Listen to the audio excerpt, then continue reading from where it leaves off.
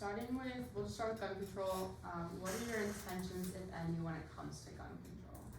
So when it comes to gun control, I plan on making the current laws for owning a gun stricter by placing more restrictions on obtaining a license. Anyone who wants to get their license should have to go through a background check as well as an evaluation to make sure they're mentally in the right place.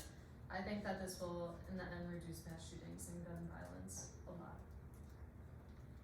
So I also agree with Katie. I'm less about controlling the actual guns, more about people who are actually getting the guns. I would go a little bit further. I would do way better background checks than the ones we have currently and longer waiting periods. I would also hire more ATF agents, not only to investigate mass shootings before they happen, but also to take more illegal guns off the streets. And I would also tax assault weapons. So I would not make them illegal, but I would tax them, and with that I would use that to hire more ATF agents to stop that debt, and I'd also fund more mental health programs. And finally, I'd institute red flag laws nationally and not at a state level to prevent atrocities well before they even happen. I personally feel like we should decrease the amount of assault rifles, and I feel like that should just not be able to get on the street. Obviously, guns will always be on the street, and that is our Second Amendment right. But I do feel like an assault rifle is not necessary for self-defense, and they're causing more problems than they are making solutions. I don't think there's much controlling we can do when it comes to background checks compared to what's already in there. When it comes to gun control, our Second Amendment right for the right party states that we are allowed to have guns, we're allowed to own guns, we're allowed to use guns in certain circumstances. We're gonna keep that as citizens, and we're gonna focus on clearing up the gang-filled areas from gun violence, make it harder for the bad people to get them. I believe in striking a balance between protecting Second Amendment rights and ensuring public safety. My intentions regarding gun control are to implement common sense measures such as background checks and identifying and closing all possible loopholes, and preventing those with a history of violence or mental health illnesses from accessing firearms, such as felonies and all that. And I'm committed to working with stakeholders to find solutions that reduce gun violence while respecting the rights of responsible gun owners. When it comes to gun control, I believe that there should be stricter measures to prevent gun violence and protect the safety of the public. Having things like stronger background checks on restrictions on specific firearms, and that can be placed in order to reduce incidents from taking place. Practicing safe storage in homes can also be a way to prevent firearms from getting into the hands of a criminal. A big issue that comes with firearms is gun suicides, which can be prevented through stronger gun laws as well as mental health. What about attachments on each weapon? How will you limit those? Could you repeat that? Sorry. Attachments? How will you limit those? Doesn't matter, whoever wants to. Well, I feel like it depends on the attachment. I feel like grips, to help you have a better grip on your firearm for your single fire, 5mm. I feel like that would be appropriate, and I feel like that's fine. But attachments such as extended clips, scopes, and just things that just overall just enhance the fire rate of single fire weapons should be banned. That's just what I believe in. I personally feel like when I think of attachments, the most I think of suppressors. I feel like a suppressor is something that's completely unnecessary outside of the military, and I feel like it only causes any problems, and I feel like it's unnecessary to a firearm.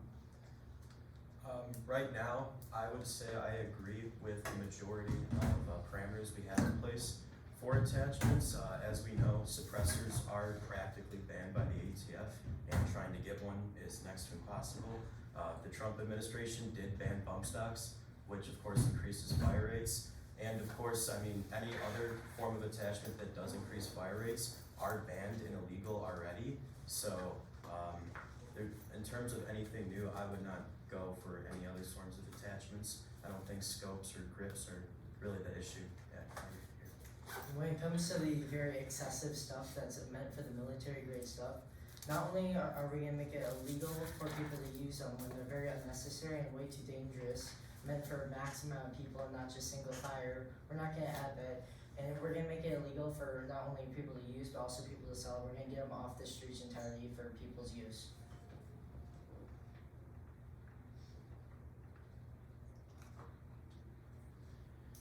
What part of the environment is most important for you to fix?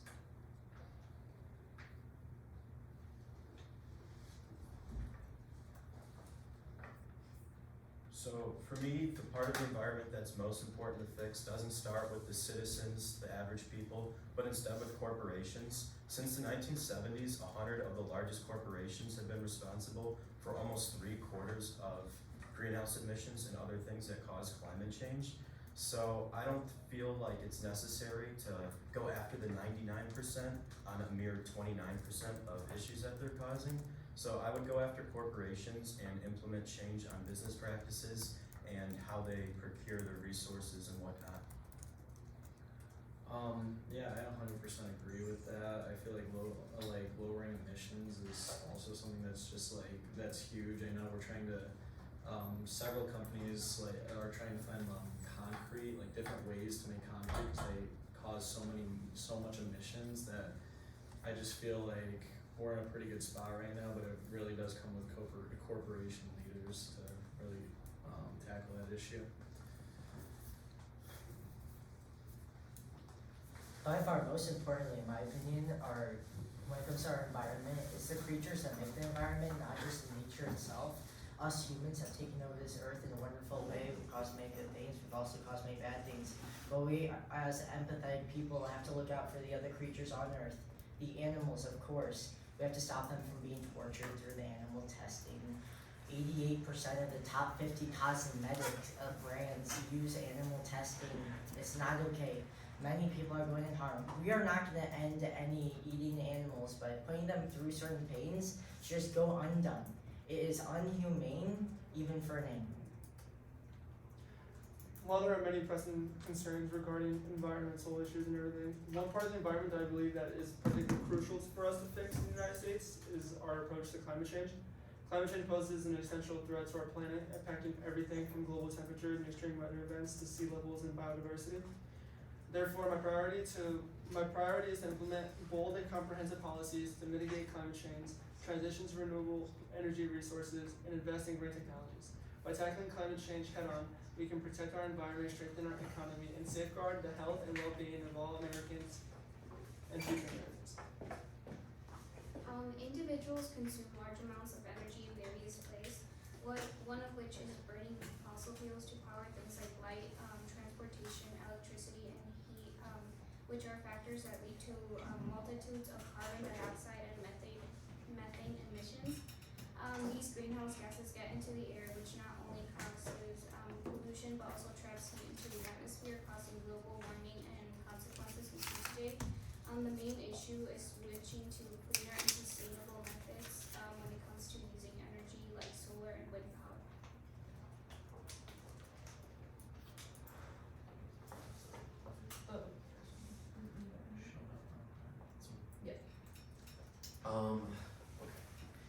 We think that there is too much focus on non-renewable energy.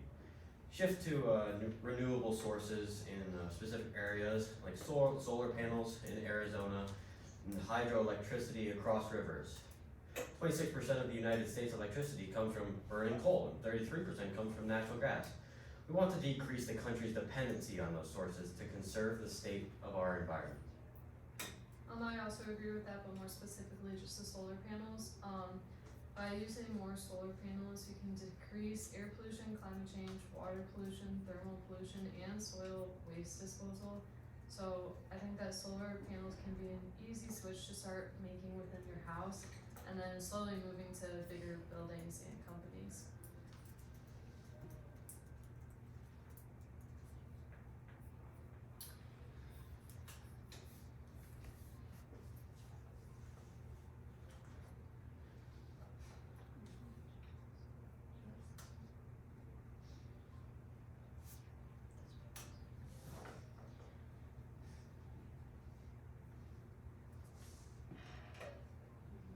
Okay, we're gonna move on to Israel and Gaza. If we give support, which side would we be for? Or, yeah, sorry. In my opinion, I feel like in this matter, I feel like I would not personally give support. I feel like we have our own country's issues to deal with at this time, and I feel like it would cause, like, we're already in trillions of dollars worth of debt as a result of multiple wars that we've been through in history that we're still paying off. And I just feel that this would cause more problems for us in our foreign relations.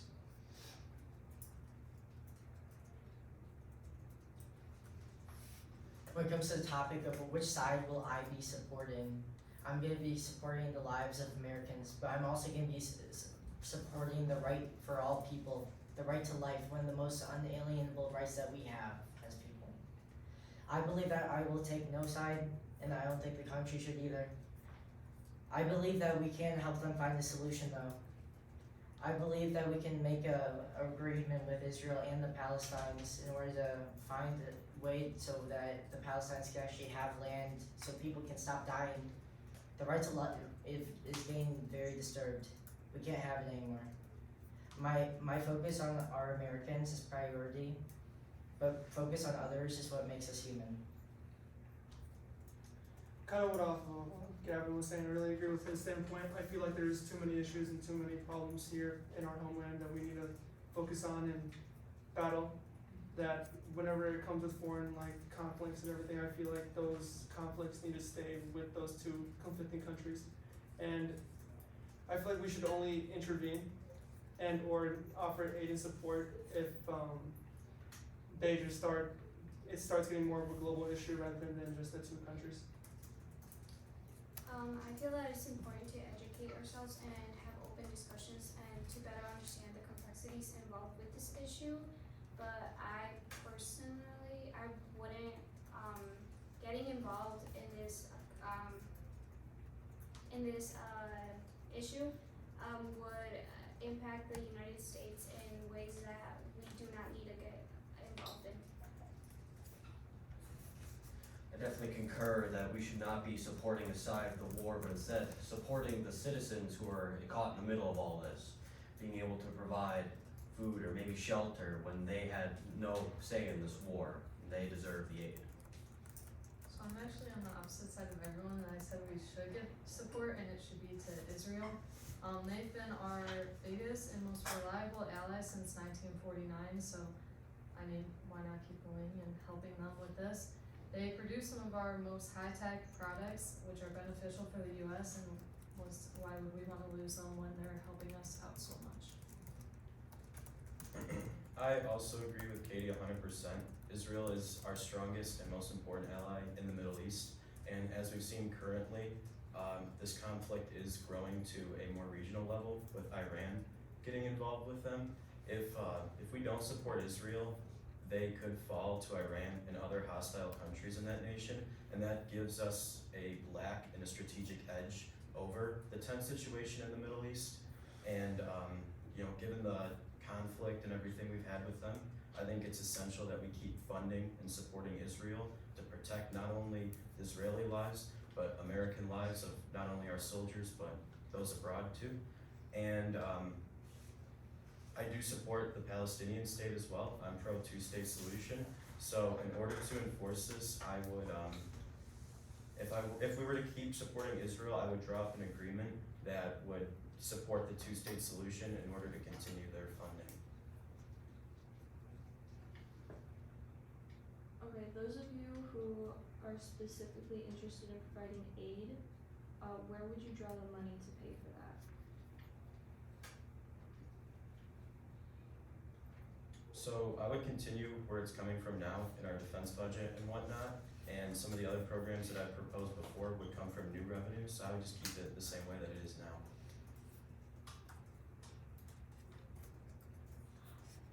I said that just by asking for donations and doing fundraising, there's so many people that support the military or have family and friends that are in the other countries that we're allies for. So just asking for their support to use as much as we can to help them. I do not believe in supporting the wars itself because that is taking away human lives. But I believe in sending medical supplies and food supplies, and that money will come from charitable organizations who are going to help those people anyways. And we're gonna come together as a country, put some of our national budget into it as well, and we're gonna help those in need. Perfect. And then I'm just gonna go to Nate real quick. You kind of missed out on gun control. What are your intentions, if any, when it comes to gun control? With our plans with gun control, I think that there should be an increase on the amount of regulations on the sale of firearms. I think stronger background checks and psych evaluations should definitely be mandatory, and certain things with automatic weapons should definitely not be able to be in the hands of citizens. There's no use for it. Semi-automatic weapons I can understand, and when I'm saying automatic weapons, I also include bump stocks in that because of major shootings that have had automatic weapons or bump stocks used in them.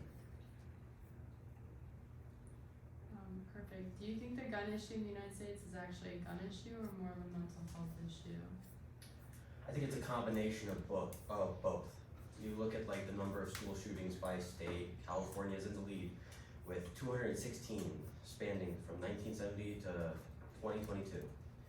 California also has the most gun restrictions with 46 in place.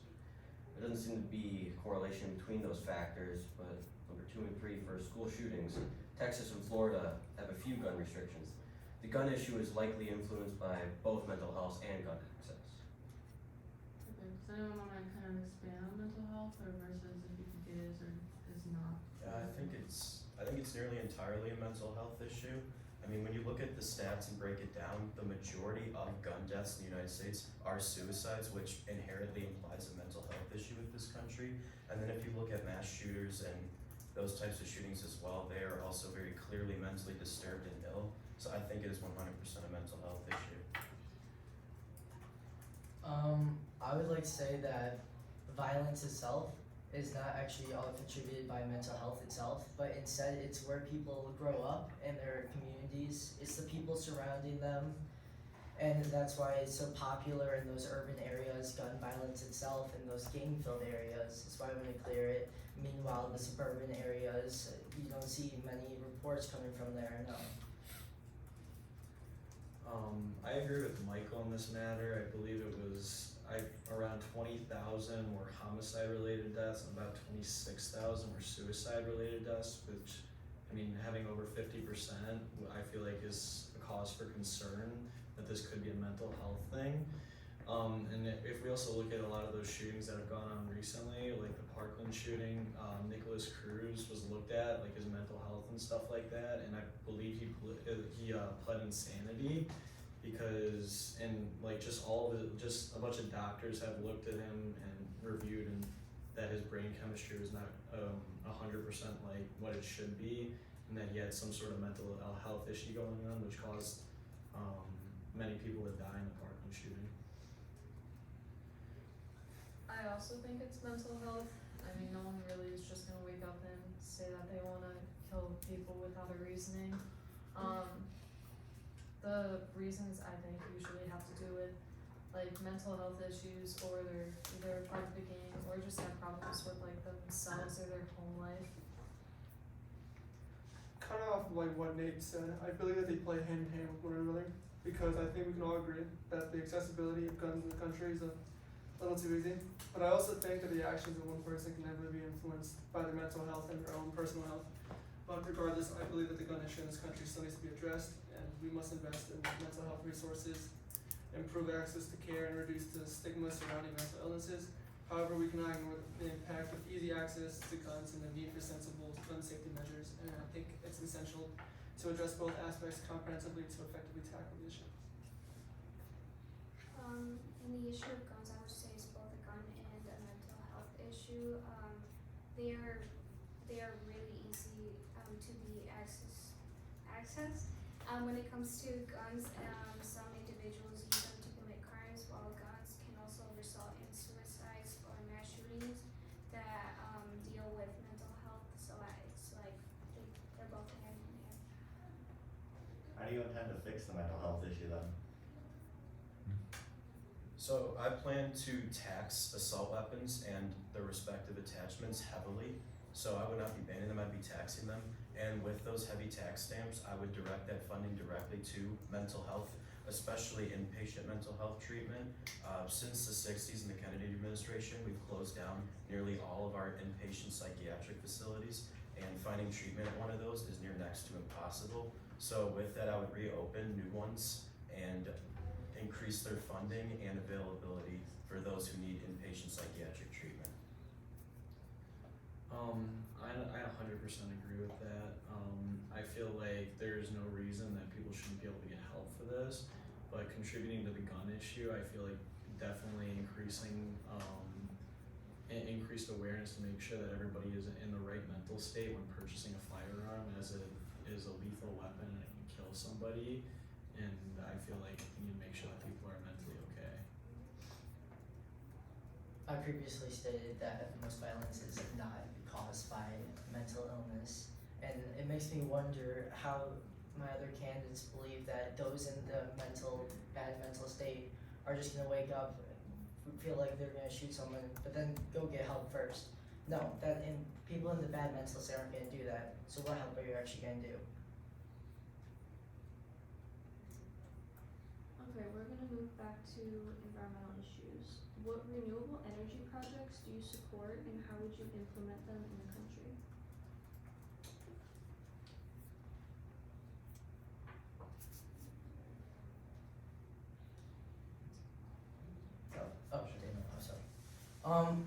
Because of how much financial pushing Joe Biden put into wind turbine science and solar panel science in order to find a new renewable resource, I believe that it is our time with the new election to actually begin that process by putting in and instituting more panels, more turbines, specifically more into the desert area where more sun and wind is more prevalent, in order so we can start powering up this country not by oil resources.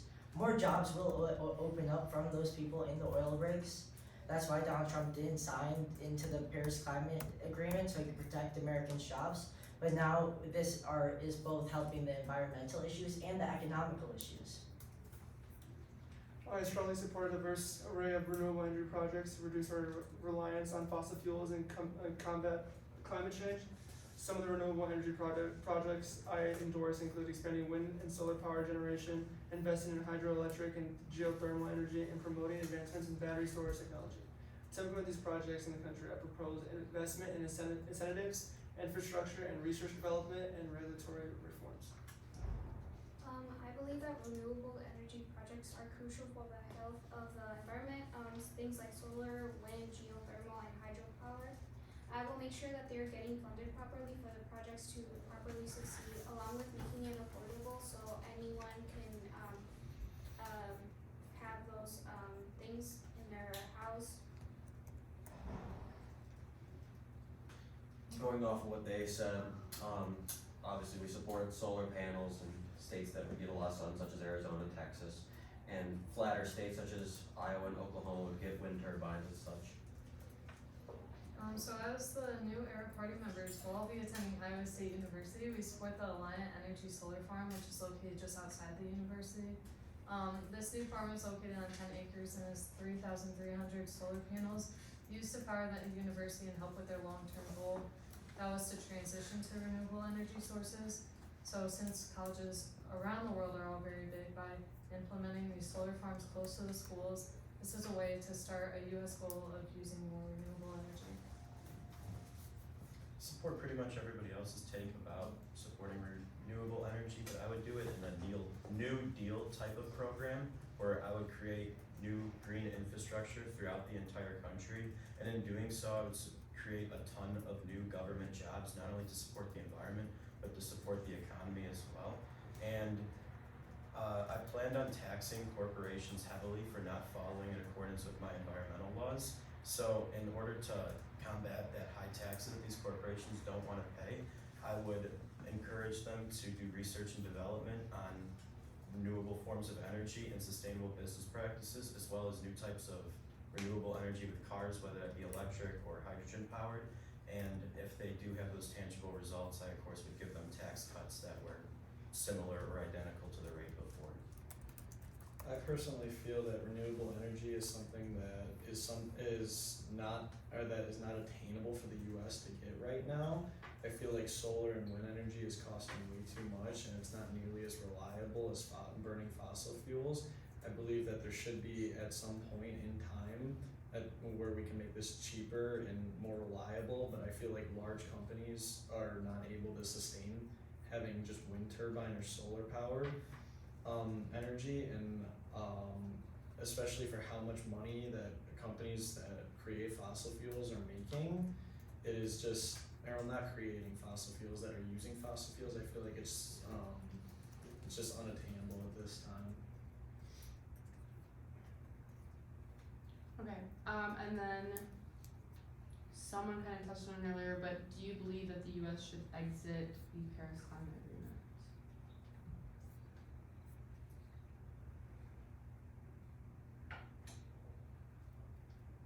Well, I was the guy who talked about it to begin with, so I'll continue on it. Why not? I bring this to the attention of the United States because I think it is time for the right of life. I think it's time for our community, not only as our country, but our community as a nation, the whole wide earth, to come together as humans to finally end climate change. Obviously, it's not going to stop here if we keep on doing what we're doing wrong, but it's time that we use our research together, we implement these new projects together, and it's time to make a change for once and for all. I believe that the United States should remain committed to the Paris Climate Agreement because the Paris Climate Agreement represents a critical framework for international cooperation addressing this issue. While the agreement may not be perfect, it provides a platform for countries to set ambitious climate targets, enhance transparency and accountability, and mobilize financial support for climate adaptation and mitigation efforts. Instead of exiting the agreement, I'm committed to rejoining it and working collaboratively with other nations to achieve our shared goals of combating climate change and protecting the planet for future generations. I believe that the U.S. should remain in being part of the Paris Climate Agreement. Overall, the Paris Agreement is making progress, but a response to the global stocktake that prioritizes decisive action this decade is critical. Climate finance should be scaled up with a new goal aligned with needs in developing countries. The development and diffusion of low carbon technology should be accelerated collaboratively. I definitely believe that we should stay with this agreement. We believe that this agreement will hold us accountable for the emissions, and if the United States leaves, we don't know what other countries might follow as an example. One of the largest nations in the world, we gotta set an example for what we stand for, and also perhaps persuade other countries to stand on our side in this issue. I do not think that the U.S. should exit the Paris Climate Agreement. The agreement allows countries to work together on climate change opposed to it just being the U.S. So if we're all working together, it will be a lot more effective than if everyone was to grow apart and try working on it their own ways. So I do think we should leave and continue to leave the Paris Climate Accord. So we weren't the only country that was not meeting our target. The majority of the European Union, China and India, not to mention those are the two biggest carbon emitting countries, had not been meeting their goals like the United States too. And we were paying a significant portion of the dues and the necessary funding for it when other countries were gonna completely neglect their promise to it as well.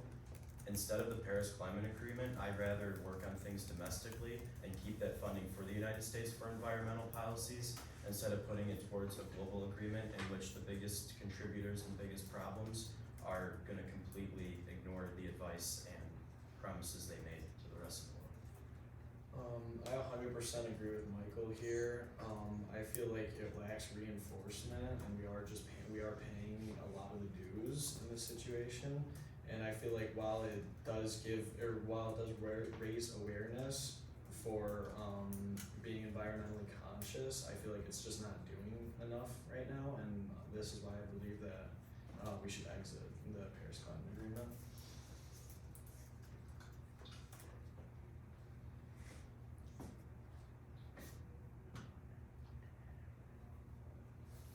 else like to add anything?